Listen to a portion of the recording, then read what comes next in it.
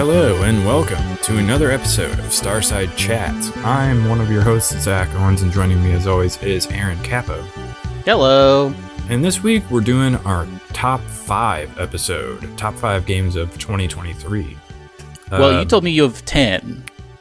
I could do a top 10 list, so I could go through 10 games, but we're doing an official top 5. Now, I think the one thing we need to sort of address at some point is whether we want to continue on with our sort of Game of the Year Watch top 10 builder that we did this last year as sort of an experiment.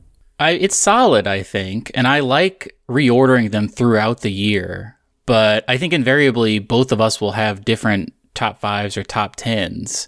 But I'd be comfortable with having like personal top 10s as opposed to like the podcast top 10. Well, that's what I was going to say. I think we could almost drop it because of the fact that, one, we didn't really engage with it for long stretches of time. Yeah. But also, like, I don't want it to be sort of a spoiler thing for our top 10 or top 5 episode once we That's get to it. That's a good point, yeah. So, especially since we're going to have different lists anyway. And if it just, like, is a dead giveaway for what our games of the year are going to be later on. I don't know. I thought it was a fun idea, but I did too. Yeah.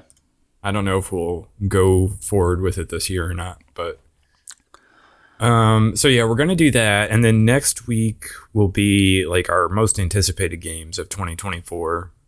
Things to look forward to. Yeah. Stuff like that. I do want to talk a little bit more about Hollow Knight this week since I was played glad a little bit more. Yeah, I was going to bring this up before we do our big lists. I was going to ask you how you've been progressing because we talked offline, or I guess online, but off pod. And you said you immersed yourself in the world of Hollow Knight over the Christmas break. Yeah, so last week we talked a little bit about how I was progressing. I made a little bit more progress this week. I didn't play as much as I was hoping to, but I basically did a lot of cleanup this week where I found all the grubs. I went to the hive area, which I had not been to before, and I took out like the collector boss and the hive boss, and I believe I have all the charms except for like the King Soul / Void Heart one that you have to go to a special area to get. And so yeah, I think I'm pretty much I did also awaken the Dream Nail. Good. Which, you need to do that. Yeah, you have to do. And that one, like, I went around and did all the, what are those? The Whispering Roots. Dream Warriors? Yeah. The Whispering Roots. So I did all of those. And yeah, I did the Dream Warriors as well. But you, like, still come up short of, like, the, I think, 1800 that you need to awaken the Dream Nail. And so I forget what the name of the boss is, but he looks kind of like the Hollow Knight you're playing, but he has like, he's a little bit slumped over and he has like an orange thing coming out of his head. Mm-hmm. You can Dream Nail him and you get like a second fight with that guy. Yeah. And so I did that and got some more, what is it called? Essence out of that. Mm-hmm. And that ended up being enough to awaken the Dream Nail. So I did that. And then I think like, pretty much all there is left to do at this point is to go to, like, what is it called? The Pale King's Palace or whatever it is. Yeah, there's like an old guard or something sleeping in front of there's like the rail station or the stag station at the ancient basin. You have to basically run by where the palace used to be or whatever. Now it's like inside someone's mind, I think, is if I understand the lore correctly. And so you Dream Nail that person, you go into the White Palace or like the Pale King's domain or whatever. And then, yeah, you have to do some stuff to turn the Void Heart into the King's Heart? I forget exactly what it is.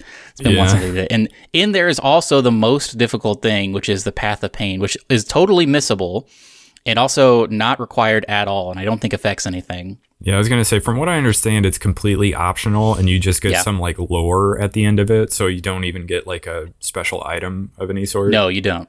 But I do have that hive charm that you recommended getting if I was going to try the Path of Pain. So That really helps because you can just like chill out and your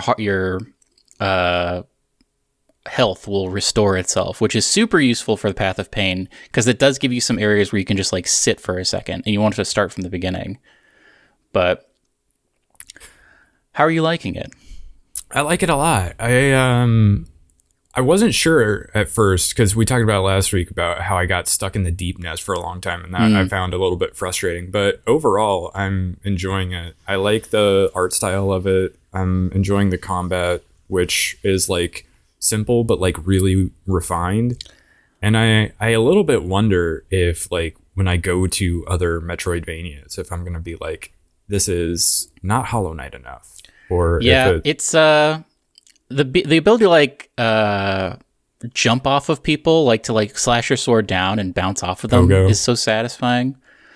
I didn't really ever engage with. I got all 3 nail techniques, but I never really used them for whatever reason. Yeah, I kind of don't like that you have to like hold the button and wait for a certain amount of time before you can use it. So they didn't seem crazy useful to me. Like just in the heat of the moment in combat when you're surrounded by enemies, am I gonna like hold the button and wait for like 2 seconds before I can actually slash at them, or am I just gonna go slash at them?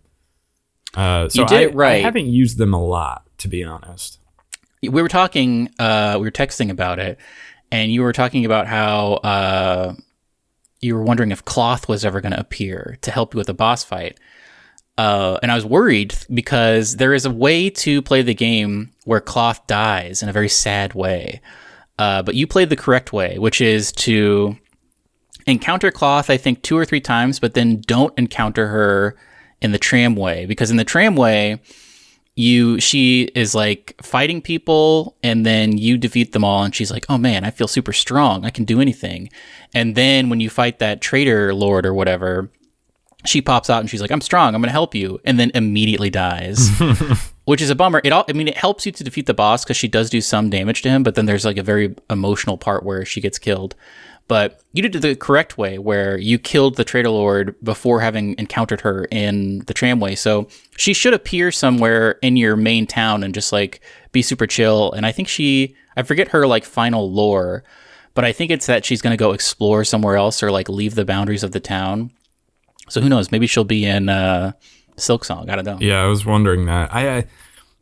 I thought I had encountered her in the tramway. And so I almost expected her to show up during the Traitor Lord fight, because I'm pretty sure the sequence of events was I did find her in the tramway and then later did the Traitor Lord fight, but she didn't show up. So maybe I didn't find her in the tramway and I need to go back there, because she hasn't shown up in my town either. So I'm not sure. Did you interact with that banker over in like the jellyfish area? Yeah, I did the banker thing because I needed the Geo to upgrade my breakable charms to unbreakable charms. Yeah, I got every charm, and then, I almost got every charm, and then I, in the process of doing that, gave that girl my one of my charms to like put in her tube or whatever. And then I couldn't get all my charms, so I had to like, before I beat the final boss, I had to like grind for a bunch of Geo in order to get my charm back. Wait, so did you get the thing for having all charms now? No, because I don't have the King Soul Void Heart one yet. That's right. Yeah. So I have to get that first. And then I know there's a way to like banish the Grim Troop without like having to fight the boss there. Again, I don't know the lore of like the Grim Troop and whether it's like the story implications are like, oh, you definitely want to like play this out and fight that boss, or if it's like better to just like get rid of them. I know like from a charm standpoint, people like the one that you get for banishing them better than the one that you get for like playing it out. But I mean, I don't know that I would use either one of them. Yeah, I don't know. Maybe this is controversial, and I think I've said this on the podcast before, but I didn't super like the Grim Troop DLC. I mean, we both came to this super late, so It's not like we were waiting for DLC and we were disappointed, but when I bought it, it was like the full package. And I initiated the DLC and I was just kind of like, this is, I mean, like a circus thing. This isn't really like my jam. I didn't really engage with it. I got the charm to have the little thing follow you around, but that and the like God Soul or whatever DLC, I didn't even go down and like unlock that thing to go into I don't even know what it's called actually. That like boss rush area. Yeah, I was gonna say the two DLCs are really more like the Grim Troop one is really more like this is just like additional content as you're playing through the game. It's not like something you're going to engage with if you've already beat it and you're coming back to it to be like, hey, what's this new thing? It's not really good for that. It's really more if you're going to do another playthrough, like full playthrough, there's like, it's just a little bit more content to it. And then, there's the boss rush stuff that they added, which I don't really care about. Because I'm not like looking for this like insane challenge of like defeating a bunch of bosses, but the thing I like the most about Hollow Knight is the exploration and like the music of new areas and just like discovering new things. And the bosses are fine and like very rewarding when you beat them. I definitely felt like, you have that like sweat, like your hands are sweating kind of thing. You've tried to beat a boss a couple of times and you finally do it, and it does feel very good. But honestly, the bosses are not why I go back to Hollow Knight. It's usually the exploration and just like the interesting characters you meet and whatnot. So that DLC being basically just bosses doesn't really do anything for me. Yeah. Well, and I was thinking about it too. Like, it was a little bit of a case of something similar to Elden Ring for me, where like I was able to basically put off doing some of the bosses until I had upgraded Nail and like my health and gotten some good charms for combat. And so you were telling me about how I could go face the Mantis Lords and how that would be like a fun, difficult fight. And by the time I got around to doing that, I was like strong enough that it really wasn't much of a challenge. And so it didn't take me more than like a try or two to finish them off. Wow. But like the Silksong character, Hornet. Yeah, that like the second fight there was pretty difficult for me. Yeah. But like it's sort of one of those things where it really just kind of depends on where you're at in the game when you go to fight some of these bosses. And I'm finding you can a little bit like if you have enough health and you're able to avoid them well enough, you can sort of tank them enough to just like defeat them in one go. It might take you like a try or two just to like understand the patterns of their movements and attacks. But otherwise, like the bosses, I wouldn't say I got stuck on one particular boss so long that it was like something like a case of Elden Ring where I had to like really learn how to do the fight against like Melania, for instance, in Elden Ring. Or even like in Grime, there's this like, it's a little bit of a ramp up of difficulty with one boss where I think it's like a vulture or something like that. It's like a big skeletal vulture. Like that's a very memorable moment to me in that game because the boss is like, one, it's huge and crazy to look at, but also like you really have to learn the mechanics of it. And you feel really good when you finally take that boss down. And I remember it being like a challenge when I first got there that I had to like really try multiple times. And same with kind of like some of the late game bosses of that one. And Hollow Knight, like they're good bosses too. And I feel like people remember those like more for like the Pantheon runs where they've like stepped up the difficulty and the bosses do like 2 health damage as opposed to just 1. So they basically halve your health.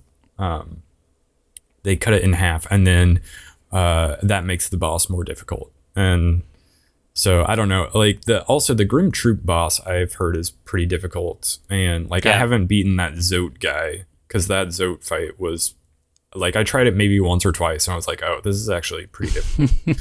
I maybe need to go upgrade Nail again before I come back to this. But So it's not that there's not like difficult bosses in Hollow Knight. They definitely are, but I I wouldn't say so far. Again, I haven't done like the crazy Pantheon runs or like the boss rush stuff that people are like super like they love Hollow Knight for, but I'm a little bit like you where like crazy boss fights isn't exactly what I'm looking for out of a game like this. I really just enjoy the exploration and building up my character and making them stronger and finding cool items and stuff like that and getting new abilities and sort of using the different movement abilities to get around the map. I find that stuff very fun and satisfying. And like the boss fights, if they're somewhat challenging but not like soul crushing, I think that's a pretty good place to be. And Hollow Knight probably is somewhere in that range where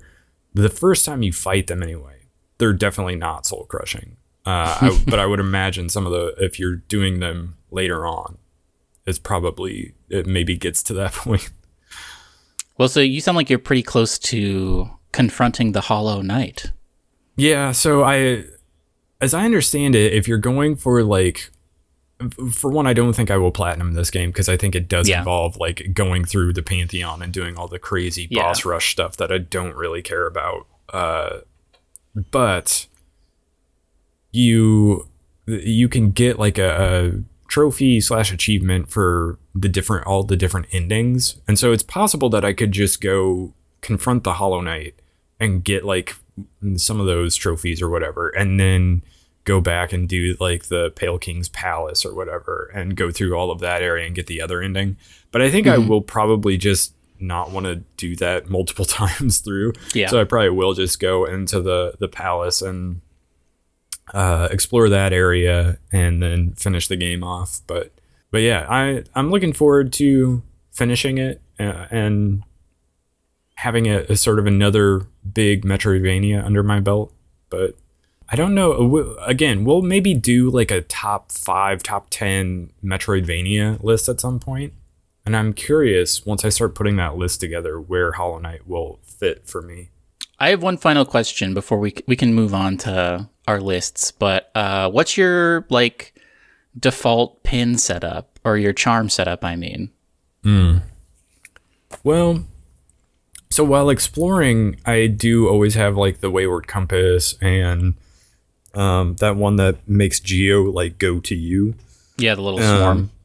Yeah, and I was using the Unbreakable Greed one because I was like farming Geo to buy the other ones. But I like that one that deals damage as you dash through enemies. Yeah. It's like Sharp something or other. Sharp Shadow or something like that. Yeah, something like that. And then I also, like for a long time, I was using that Long Nail one just to have some more range.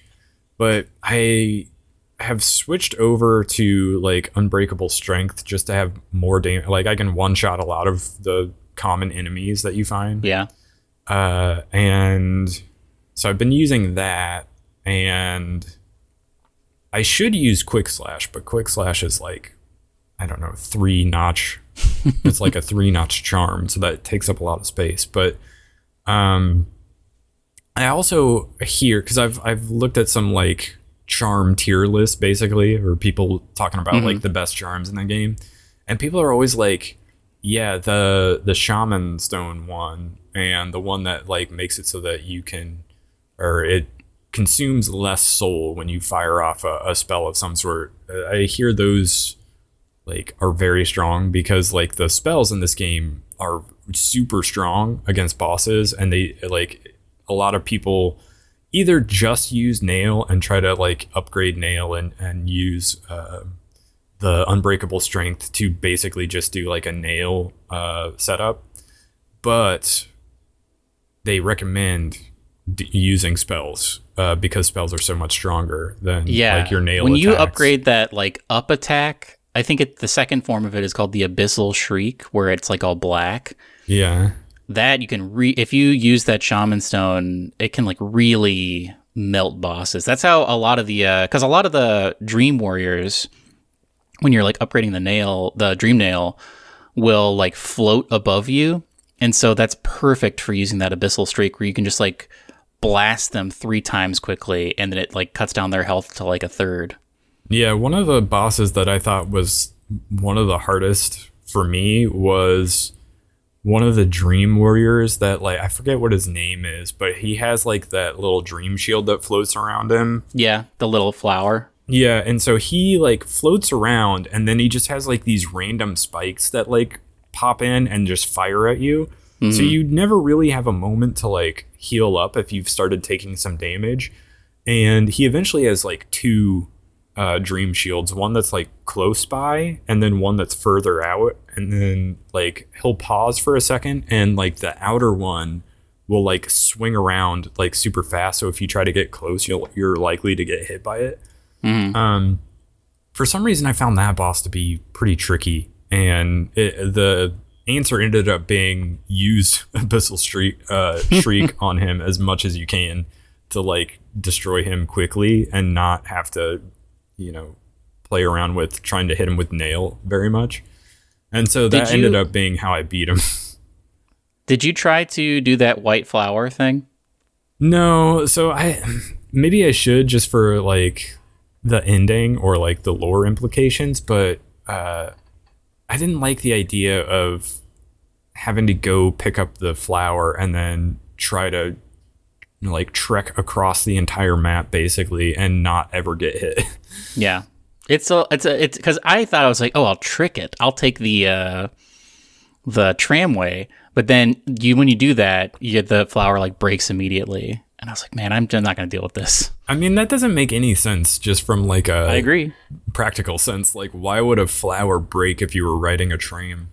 Doesn't make any sense. Like, I can understand like maybe if you do the fast travel thing with the stag, like maybe you could argue, okay, the ride is rough enough that the flower is so fragile that it will break, but like the tram should probably not be the case.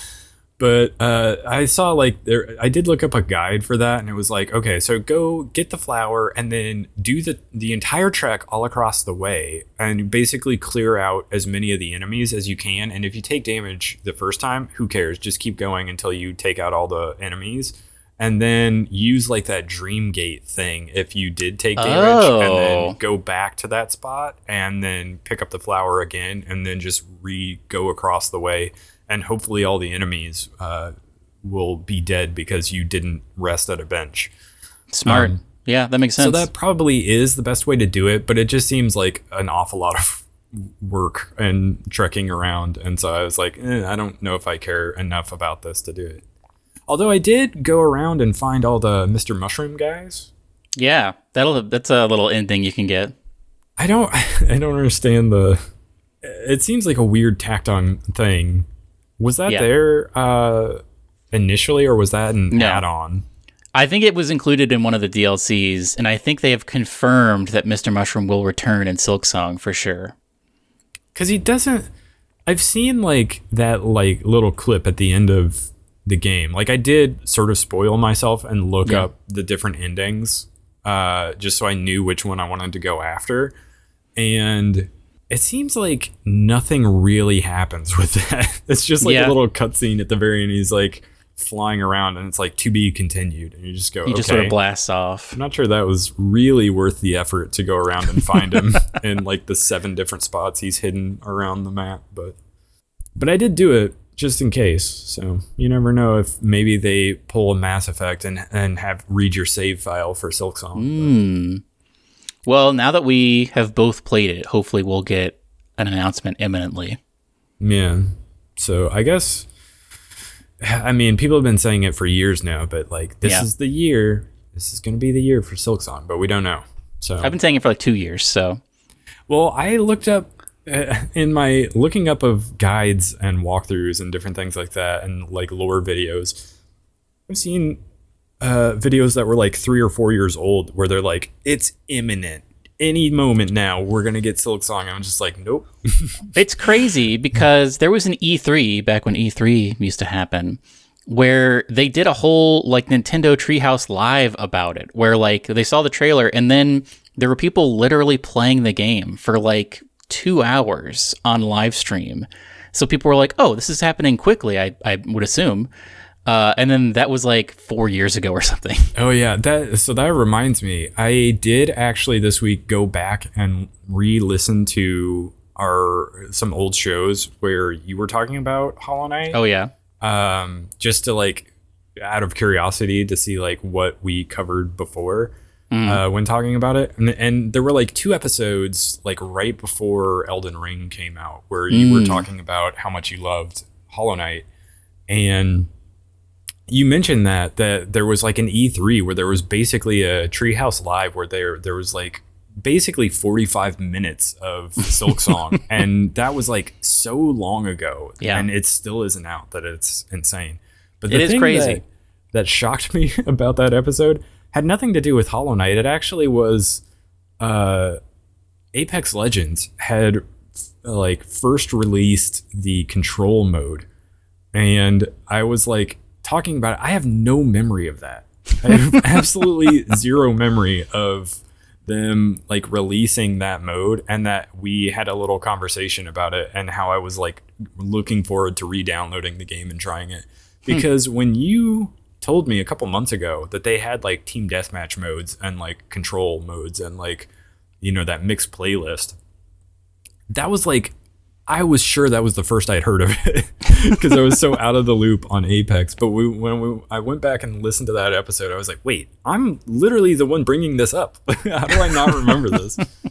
But yeah, so that was sort of the origin of maybe the mixed playlist of Apex? Well, speaking of Apex, I didn't put this in the show notes, but I texted you this yesterday or the day before. They released a little trailer for the Final Fantasy VII event, which is happening next week as we're recording this. I believe it starts on the 9th.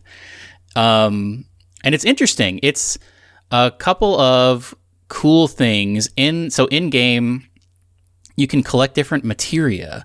And so, like, one materia, when you shoot people, I think it gives you health. There's another one where I think a red materia, if you get it, you can spawn those little Nessie plushes, and they'll, like, attack people for you.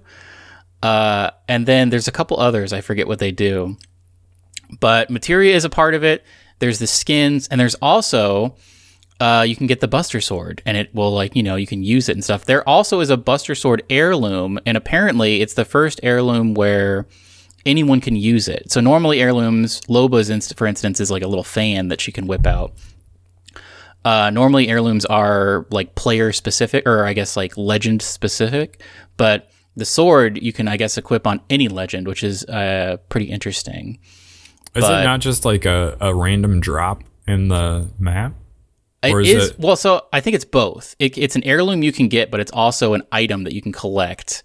Like, I don't think you can actually use it to sword people as the heirloom. It's just like a cosmetic thing. Oh, but the one that you find in the map you can use as a... Yeah, that one you can, and I think you can like zoom forward and like strike people and block stuff. I'm very excited. I think I'm going to jump... I didn't play any Apex this week, but I'm definitely going to log back in and check it out. I've been doing a little like project on the side that has taken up a lot of my time. But very exciting little update that I am excited to check out. We should definitely play some Apex this week. Yeah, I'm into that. I haven't played basically since before Christmas break, so it's been a little while since I played Apex. It is funny to note that like you and I are just coming back to Apex for like the first time basically since launch, and I've like seen some Apex videos where like the like Apex YouTubers are like the opposite of us, where we're like just getting into it and are super excited to play more of it, and they're like, I'm gonna play the finals because you know it's very stale right now. So it's just like, oh, I remember this is like being into Destiny. Oh yeah, our old days of our on again off again relationship with Destiny. Yeah, so it's just kind of funny to see like basically every community is like that. Well, what do you think will happen with that marathon? It seems like it's delayed because Bungie laid up a bunch of people off, but I was a little excited for it. It seems like it's maybe not going to come for a while, though. Yeah, I'm not sure. Will it be basically another Apex/Fortnite, but made by Bungie? Great question. I think it's more of an extraction thing. I don't even know if they've said what it is, but I like the art style of it a whole lot. Yeah, I mean, I'll be curious to see it, but I don't know if I need another like sort of season pass style free to play shooter. But yeah, I'm curious if they have intentions, like what their intentions for Destiny are after that game comes out. A great question. Zach, let's get into it. We're a half hour. Yeah, I was going to say, now that we're lists. a half hour into this episode, maybe let's list our top 5 games of the year. Do you want to start with your 10 through 6, and then I can pick up when we get to the 5? Actually, I could do a top 20 you want. Whoa. For my computer just... Let's do it. Like, went to sleep. I'll do my 6 through 20. Oh. Just to knock it out. Do it. Start at 20. Okay. So number 20 is that Immortals of Aveum game that I think in time will be considered like a cult classic that people slept on. It was a little bit... It's probably not as good as like Titanfall 2, but I think it's a little bit of the Titanfall 2 syndrome where it came out between like a bunch of other games and there was just not a time for it. And so people skipped it. And I think in time, people will be like, oh, why did we not play this game? It was actually pretty good. So there's that. And then 19 is F-Zero 99, which is a fun little reimagining of the SNES era F-Zero. And then 17 and 18 are Sea of Stars and Star Ocean, the second story are. I think those games could have been higher on my list if I had played more of them. I think they're good and fun, but for whatever reason, I just like didn't stick with them for very long. But I liked what I played of them. 16 is Viewfinder. 15 is Metroid Prime Remastered, which is another game that I liked but didn't stick with for very long. 14 is Like a Dragon Ishin, same situation. A lot of these are like games that I started playing and liked but didn't stick with as long as I would have liked. 13 is Trine 5, which I did play all the way through and liked quite a bit. 12 is Wild Hearts. 11, Dead Space Remake. I tend to try to avoid putting remakes on my like top 5/top 10 just because they're remakes, but I did play that one and liked it. It was actually the first time I played Dead Space before, so.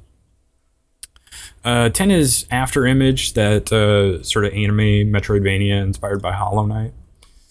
Oh, yeah. 9 is Fire Emblem Engage. 8 is Super Mario RPG, a game I liked a lot, but similar to Dead Space Remake, it's like a remake, so I didn't want to put it too high on my list. 7 is Cocoon, which is that puzzle game that we liked a lot. And then 6 is Super Mario Brothers Wonder, which I think I liked a lot more than most everybody else, it seems, because maybe it's just because I listened to the MinMax like top 20 episode they did, and they, for whatever reason, they just like were not into this game. I think it's because it's a 2D Mario game. Really? But I think a lot of people were like not as high as they should have been on this game. Now, I did say, and I stand by, I don't think it should have been nominated for Game of the Year. I think that spot should have gone to something else. But it's like a very good 2D Mario game that like that is like wildly creative with once you get the Wonder Seed and they have like those crazy things that it does. Plus like the online functionality of that game, I think is like low key, very fun and exciting that nobody talked about. I don't know why, but like it was a Strand game. It was a Strand game, basically, and some Hideo Kojima in your Mario game. Like, I mean, that's worth a note. But yeah, I just found it like super fun to have those spontaneous little like cooperative things where like a level would basically turn into me and some other player just like waiting for each other to help each other out to make sure that we made it through like the tough platforming sections. And it was just like, you wouldn't have gotten that. Like that wouldn't have happened if they didn't have this weird like Strand game element to it. And I think nobody talked about it for some reason. I think it's because most people were like, oh, what's this weird online thing? I'm not going to do that. Like, no, you definitely should. If you're going to play this game, turn on the online stuff and play it that way because it's so much more fun that way. Also, the one reason why I didn't have it higher is because I think it's genuinely a bad experience in like actual couch co-op. Interesting. Because it's very difficult to, like the game will sort of swap to a character, like one of the players as like, this is the guy who has the crown. This is like the main character right now. And the camera is following this person.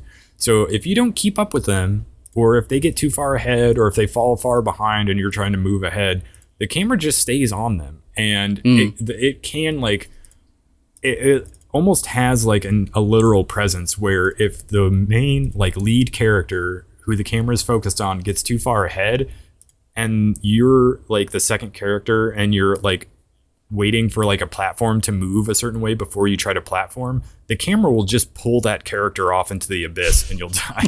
And so it just has stuff like that I think makes it sort of not a fun like couch co-op game. You can like be a little bit more deliberate and like work together and make sure that you're moving forward together, but you have to like really be intentional about that. Whereas if you're just like, if you have like 3 or 4 people playing together and you're just running around doing your own thing, it becomes chaos, and it is, and not in a fun way, where you get to the end of the thing and you're like, did I really beat that level? I don't think I did. But that's why I think like the online stuff, just playing solo with like online randoms is so much more fun than playing this in like couch co-op mode. So yeah, I think it's probably the best 2D Mario game since the SNES era. Well, but which is saying something. But I also think it's a little bit disappointing that they didn't like, I don't know, come up with some sort of magical way of making couch co-op more fun. So that's that. Let's get into our top 5 with your number 5. I wonder if this is on your list, and I wonder if it's higher. But my number 5 is Starfield. Ooh, yeah. I'm curious to hear your impressions on this. I never beat it, but I still could eventually. I was very into it for a while, and I really wanted to make the perfect ship in my eyes. And so I watched a bunch of guides reviewing all the modules and like the best ways to put them together and things like that. And I made a ship I'm pretty happy with. And then I can't remember if I talked about this on the podcast, but I did like 2 full quest lines, and I was like, this is great. And then I got to the quest line that is like the stealth quest line, which is the Ryujin quest line. Yeah. And I think I got to like the final level in the Ryujin quest line, which is a big quest where they're like, you got to infiltrate this big building. You never can be seen. You have to do these like 4 different things. And I was just like, man, I don't want to do that. That sounds, I just want to kill things. And so I didn't play for a while, and then I didn't play for a long while. And I think that was my save is me still standing in front of that woman at Ryujin Industries. And so when I load it up again, I do sometimes get the itch to go back and play it, because I did have a lot of fun with it. But I also was just being like bombarded by YouTube videos and comments of people being like, these are all the things that Starfield could have been. And they like had to make these changes because of the engine and whatnot. But it made it in my top 5. There's a world in which I didn't even put it in my top 5, but I enjoyed my time with it, and I will hopefully someday it will be the first Bethesda game I ever fully complete, because I never have beaten Skyrim or Morrowind or Oblivion. I just have played them a ton and like restarted them eventually. Yeah, I think it's worth getting through and not letting those comments like get you down and make you avoid it, because there's like some really good quest lines there. Like Starfield gets a lot of hate, and I can understand it, but I think a lot of people are just like, oh, it's like Fast Travel the game, where it doesn't feel like you're actually flying around like in No Man's Sky. You're just like doing a loading screen to like fast travel to a different area, and it just looks like your ship is flying. And like, fair enough, but like that's not a reason to dismiss the rest of the game. Like there's a full game there with like story and characters and like shipbuilding and crafting and all of that stuff. And to just dismiss all of that, I think it's like a little bit unreasonable hate for this game and again, like I point out, like people are like, well, the even just like dialogue is just like shot reverse shot in like a very old fashioned Bethesda way and not like a modern, well, look at Cyberpunk, look how they did it. And I push back on that only to say like mod support is like a thing, and you kind of can't mod a Cyberpunk the way you can mod a Skyrim. And that's sort of Bethesda's bread and butter. Like you can hate the creation engine as much as you want. And I think you and I have hated it in the past and have wanted them to like move to a new engine that looks more modern and allows them to achieve a more modern looking game. And I still think that they should do that for the next Elder Scrolls game. They won't, but I think they should. But in fairness to what it is, like, mods are a big part of a Bethesda game, and they are already and will continue to make like pretty expansive additional like content to a game like Starfield as the years go on because of the use of the creation engine. And so like, fair enough, it doesn't look as good as Cyberpunk, but like also 10 years from now, you're going to get like crazy content add-ons that modders have created in Starfield that you will not get in Cyberpunk. So like, well, I mean, they all released a bunch of DLCs for Skyrim also. So yeah, to this day, people are still creating a huge content mods for like the Fallout games and for Skyrim. And I think that's going to continue to happen. Like people are making like mechs in Starfield right now with mods. And so like you can do some pretty crazy things in a Bethesda game that you can't do in other games. So like as much as we want Bethesda to advance to a more modern engine and do different things with their games, like there's a reason they stick by it. And I think it would be a little bit of a betrayal of the mod community if they did eventually switch over, unless they made it somehow still like easily compatible with the different mods that you can do. So I don't know. I think that's a fair point to bring up when you're talking about Starfield, because people really rag on it for the fact that it sort of feels like a game out of the same generation that Skyrim came out. And I think that's like a fair argument, but I also don't think it's fair to dismiss the rest of what Starfield is. But anyway, we can talk about my number 5. Hit me with that number 5. My number 5 is Pikmin 4.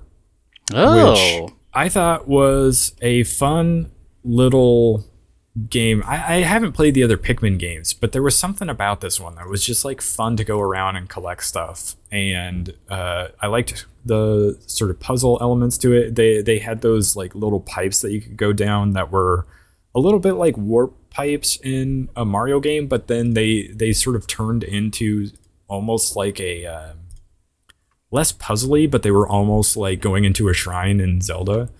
Where you had like a bunch of stuff to collect and some enemies to take out, and you're just going around this like self-contained area that was not like the surface map. And I found that stuff to be pretty fun. And yeah, I think it's a good game that I think people are either really into or they just look at it and they're like, I don't care about this. But I think it's one of the best games that Nintendo has made in the last couple of years. So hit me with your number 4. My number 4 didn't come out this year, but I played it this year, and it's that Somerville game, which was the first game I played on Game Pass when I got my Xbox. We talked about it on the podcast. I didn't love the ending, and I looked up how to get like the best ending, which is, I think, too convoluted for any normal person to. And also, the real ending, or like the best ending, doesn't super make sense in the lore of the game, because in the real ending, you're reunited with your family. But I mean, when you leave your family, they're about to get eaten by a crazy beast, and then all of a sudden they're just there. So I don't know if it's like a fake family or I don't know. The ending of that game was confusing to me. I get what they were trying to do, and it was cool to see. And I love the art style of that game, and playing it was super fun and interesting. And I never really hit any like brick walls in form of like difficulty or anything like that. But I don't know. That ending was not my favorite. I mean, their other games have really good endings, or not their other games because it's a new developer, I guess. But like, I really liked the ending of Inside. I thought that was cool and unexpected and interesting. And this one was definitely unexpected, but also just like too difficult to parse what was going on. Yeah, that's why I didn't get into Somerville as much as like Limbo and Inside. I found it too convoluted, like you said. And I didn't even find like, I think those other two games have like fun, interesting like puzzles and going like just movement around the world is sort of like fun and interesting and sort of keeps driving you to the next thing or the next area. Whereas this one, I felt like they didn't sort of achieve the same highs as those games did. And then, like you said, I don't know how you would happen upon the correct ending unless you look up a guide for it. It didn't seem like it was possible to like understand what was going on well enough to get to the ending that you actually want versus the one that I got, which was just like whatever. Like I didn't know what I was doing. I don't know. Somerville didn't work for me, but I'm glad if that team wants to keep it. making that type of game, I think they can nail it again. So like I'm pro them making other games similar to that. And I thought, I was a little worried because it moves into that kind of a 3D. I mean, the camera is not like movable; it's always fixed, basically. But Limbo and Inside are both 2D, basically. There's only like the X-plane or whatever. But this, I was worried it would be too weird, too big of a jump to include that extra dimension. But I think it worked, and I would play more games that are like that. I mean, I guess Little Nightmares is like that, and so maybe I should just play Little Nightmares. Yeah, I think maybe the reason why it didn't land for me was because I had played Little Nightmares 2, and that game I think is like vastly superior to Limbo and Inside. Maybe I'm wrong, but I just like the fact that there is like a puzzle element to getting around, but also it's like got this.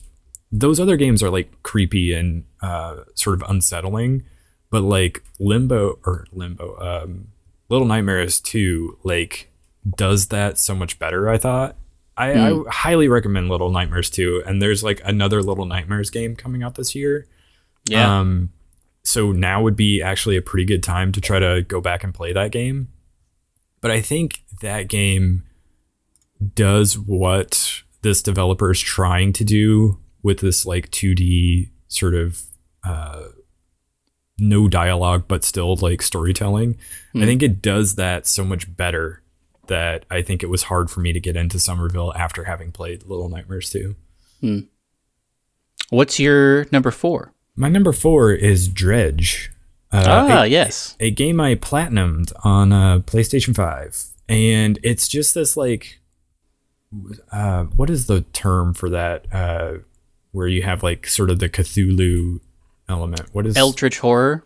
Yeah, it's sort of doing that, but you're in like this archipelago area, and you keep like stopping in at the towns, and you'll like talk to people, and they'll give you quests and requests, and you're sort of a fisherman who is moving around in this boat, and you're fishing and dredging things up, and then you can upgrade your ship, which I found like really somehow like addicting to try to like get all the upgrades I needed to fully max out my ship. But then you have this element of like while you're managing storage, it's sort of that, I think it's like a Resident Evil thing where it's a little bit of Tetris where you're moving items and fish around to try to like store things in the most efficient possible way. Not just with like what you're catching or dredging up, but also with like the gear that you have on board, like your fishing rods and stuff like that. And normally I'm not into fishing games. Like I don't really care about that, but it was something about the world and the art style and everything that came together and made this one work for me. And it was like that you gotta like go catch them all. You gotta go find You gotta all the catch 'em all. collectibles and stuff like that. And so I think the mood and atmosphere and the story of this one, it all like really worked for me in a big way. And I thought it was like a fun game that is also like really interesting to just like be in that world. So that's Dredge. What's your number 3? My number 3 you talked about a little bit earlier in your list, but it is Cocoon, Oh yeah.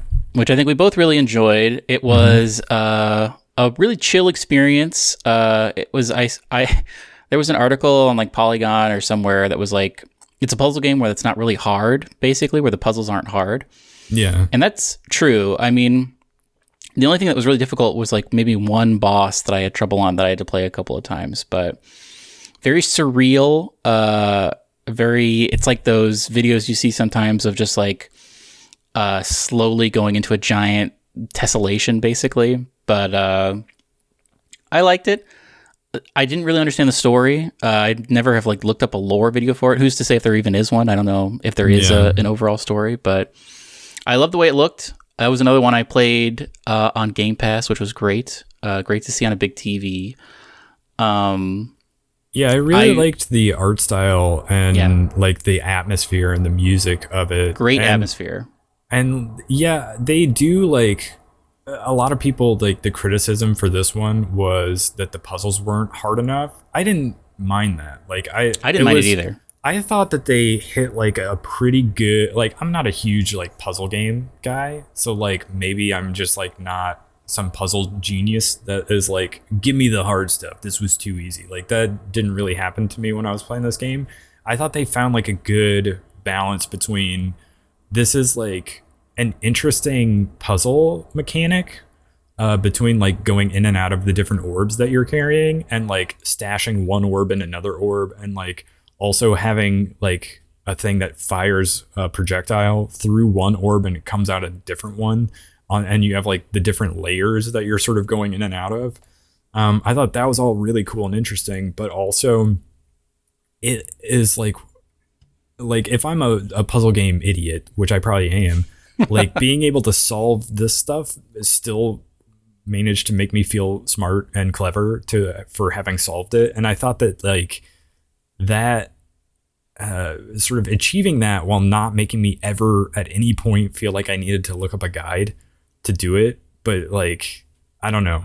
I feel like it deserves some props for like finding that balance between being solvable without a guide, but also like making you feel clever for having figured it out. So yeah, I liked Cocoon quite a bit.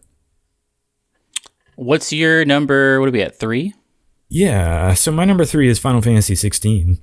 I feel like that game kind of got a short end of the stick this year, unfortunately, because everything else came out.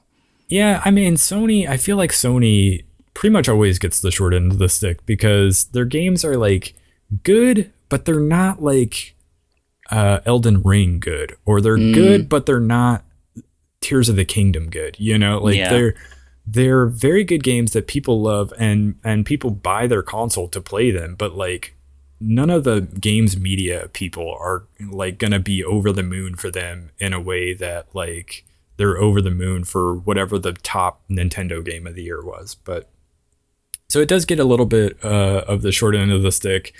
And I do think people were a little bit too hard on Final Fantasy 16 side quests. Like that's sort of maybe the weakest element of the game. And I think people didn't like that it moved into more of a like God of War action style game with the combat. And they sort of remove some of those RPG elements where you're not like, let me go into my inventory and like min-max my build. You're not really doing any of that. But I really like the different powers and abilities you get throughout the game. And I liked switching between the different abilities. It feels like really smooth and fun to do the combat in the game. And I stuck with it long enough to platinum it, which means I did have to play through it twice. The first time I played through it mainly for the story, which there's a lot of cutscene to this game. So that took a long time. The second time through, I skipped all the cutscenes and just like mainlined the story to get the platinum. And it's not an overly hard game either. Like I don't think you would struggle too much on bosses, but like some of those boss fights are like these huge cinematic moments that are definitely very memorable. And I liked the characters as well. I liked Clive, the main character, and Jill, who's like sort of a side character who's also sort of the romance person in this game. And some of the other characters, I don't know. I had a fun time with it, and I do think it's probably not as good as like the Final Fantasy VII remake. I think the characters and story of that are like more interesting. But I also had fun with this one. It's sort of like Game of Thrones meets Final Fantasy, but like an anime version of that. But I think it was a fun game that got, yeah, like you said, the sort of the short end of the stick in terms of reception. But what's your number 2? Best ongoing game goes to Apex Legends for me. Obviously, we've been talking about a lot on the podcast the last couple of months, but I think both of you and I have had a lot of fun checking it out and leveling up, and both of us have unlocked a couple different characters. I've only unlocked Loba and Valkyrie, but I mostly play Loba, I have to say. But I'm still liking it. I kind of have dropped off in the Christmas break because other stuff has been going on, but even though it came out like 4 or 5 years ago, I'm excited for this Final Fantasy thing we talked about earlier in the podcast. And I played Titanfall 2 this year. I didn't put it on my list because I figured it was too old, and it's already been said that it's a great game. But Apex and Titanfall 2 have gotten me in the headspace where I would love to have more of that universe. Everyone is always saying, like, can't wait for Titanfall 3 to come out. I would love for that to happen. Who knows if it's in development or not. But yeah, Apex is great, and it's a great thing to pick up. It has so many quality of life things over like a PUBG or a Fortnite, and it's easy to play without talking to people, which is also great. They introduced the pinging system, which everyone else has stolen, but they really designed it to be played like you have to queue with 3 people, but you can queue alone and just like fill them up with randoms. And that I think is a very good, like I would never do that in like PUBG, just like 2 random people playing along with me. But yeah, Apex is my number 2. What's your number 2? My number 2 is Starfield. So we've already talked a little bit about it, but I think those quest lines that are a little bit akin to like the guild quest lines and other Bethesda games are pretty fun and interesting. I agree. I did like the stealth one, the Ryujin one that you were talking about. I think like it does highlight a little bit like the lack of sort of progression in how they handle stealth in these games, but it was like a change of pace from like pretty much everything else you do in the game to give you like this big sort of stealth focused mission. But yeah, I liked the shipbuilding, and I liked being able to craft stuff and all of that. And I do think it would have maybe been stronger if they had set the game during, like, because one of the big things about Starfield is like in the past there was this big war between sort of the UC United Colonies and what's the other one? Freestar Collective? Yeah, the Freestar Collective. And there's sort of a lot going on there that you're sort of learning about as like sort of backstory to the universe that they've created. And I think it would have been way more interesting if the game had been set during that time period, as opposed to you're just learning about it, having already happened. So I think it could have been stronger in terms of like what the main quest line was, even though I think a lot of those side quest lines were a lot of fun. Like I really liked the Crimson Fleet one. I thought that was a fun one. And like I think it's a lot of the criticisms are fair, but I also spent like over 100 hours playing the game and ended up having a lot of fun with it. And it is definitely one of the games that when I look back on 2023 will be one of the games I remember that year for. And like if they do keep adding more content onto it, I can definitely see myself going back to play more of it. So yeah, I think there are very legitimate criticisms for it that I don't think are like out of place, but I also think that it's a game that I liked a lot, and I kind of don't care about some of those criticisms. So tell me about your number one. I wonder if we have the same number one, Zach. I bet we do. My number one is Tears of the Kingdom. Yes, Tears of the Kingdom, game of the year.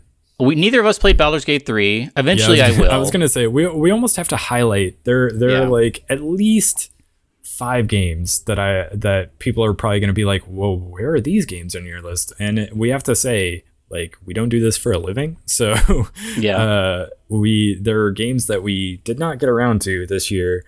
Baldur's Gate 3, Lies of P, Alan Wake 2, Armored Core 6, like Resident Evil 4 Remake. I think those are the games that everybody's like, well, why wouldn't those be on your list?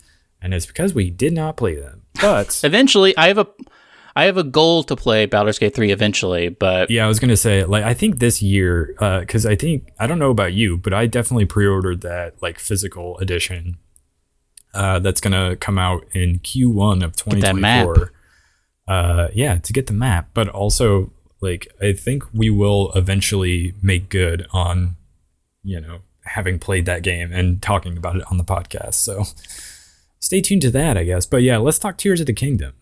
I loved it. I get that it's like it is iterative in a lot of ways of Breath of the Wild, and you're, a lot of people say you're never going to recapture that magic that was Breath of the Wild, exploring everything and learning what the limits were of the world. But I kind of still think they did, though. I think they did. That's what I was going to say. I mean, the Sky Islands, the whole underground, like, they did a pretty good job of keeping the underground secret up until launch, where people, they showed the sky a whole lot, but that was kind of an interesting thing. I liked I thought I remember when the first or second trailer came out and they revealed the building, I was like, I don't know about this, but the building was cool. I liked that they had the auto build, so I could just kind of set it and forget it. I liked everything about it, actually. The music, I completed it. I didn't do all of the like cutscene missions where you go back and see what happened in the past, but see, I did, and I really think that this is like a very strong, like, story-driven version of Zelda that I'm not sure, like, having not had a lot of experience with Zelda in the past, I don't know if that's like one of the main like strong points of Zelda games of the past, but I think way more so than Breath of the Wild. Tears of the Kingdom like hits on like a level with its story that one did not. Like, I liked Breath of the Wild, but I was never like, oh, this is my favorite game ever. This is the best game ever made. Like, I liked it a lot, but I was never that high on it. I think I am pretty close to being that way with Tears of the Kingdom. Whoa. I think they did enough with it. Like, the new abilities they give you, like Ascend and like Ultra Hand, I think those are transformative enough that it just like puts what they did with Breath of the Wild to shame a little bit. Like, it like really adds like another layer to it. And like, I love also that they don't ever limit you in like what you can do with Ultra Hand and what you can build. And they basically give you the tools to sort of break the game a little bit.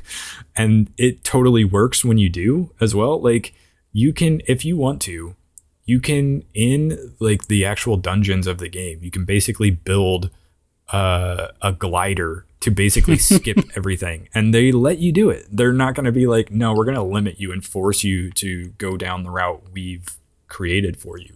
They will actually let you do it your own way, and I think that's like a very smart thing.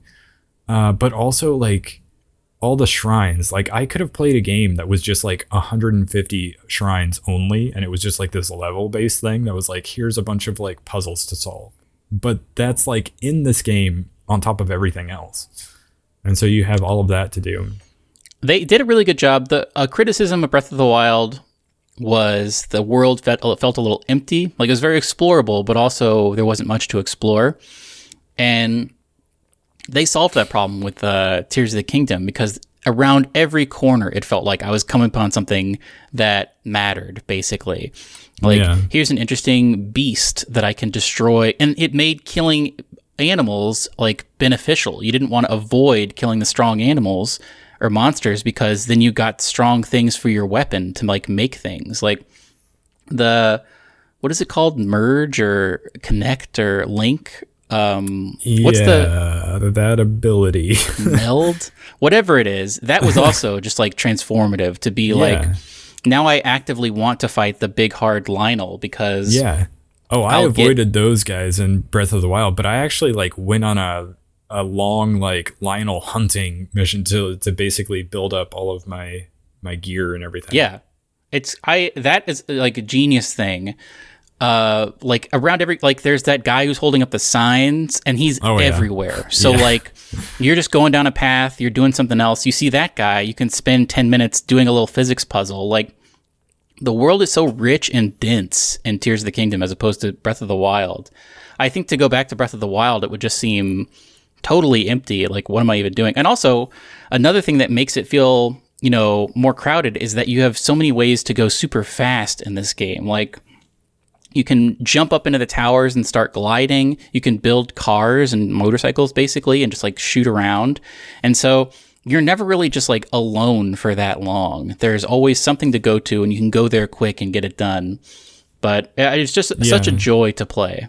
Yeah, and they talk about how, it's the same map as Breath of the Wild, but it's just like, but I explored it in a very different way. Yeah. Because of the tools that they gave you. And so that did make it feel sort of transformative in that way.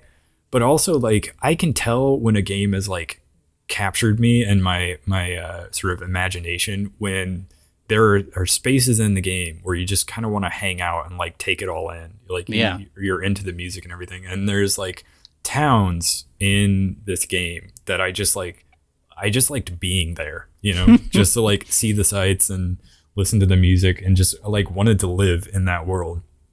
And there are definitely places that you go to and you'll go there and there'll just be like a ton of stuff. Like you could spend like 20-30 hours just like hanging out in that town, like doing little quests and things and like getting a bunch of different stuff done.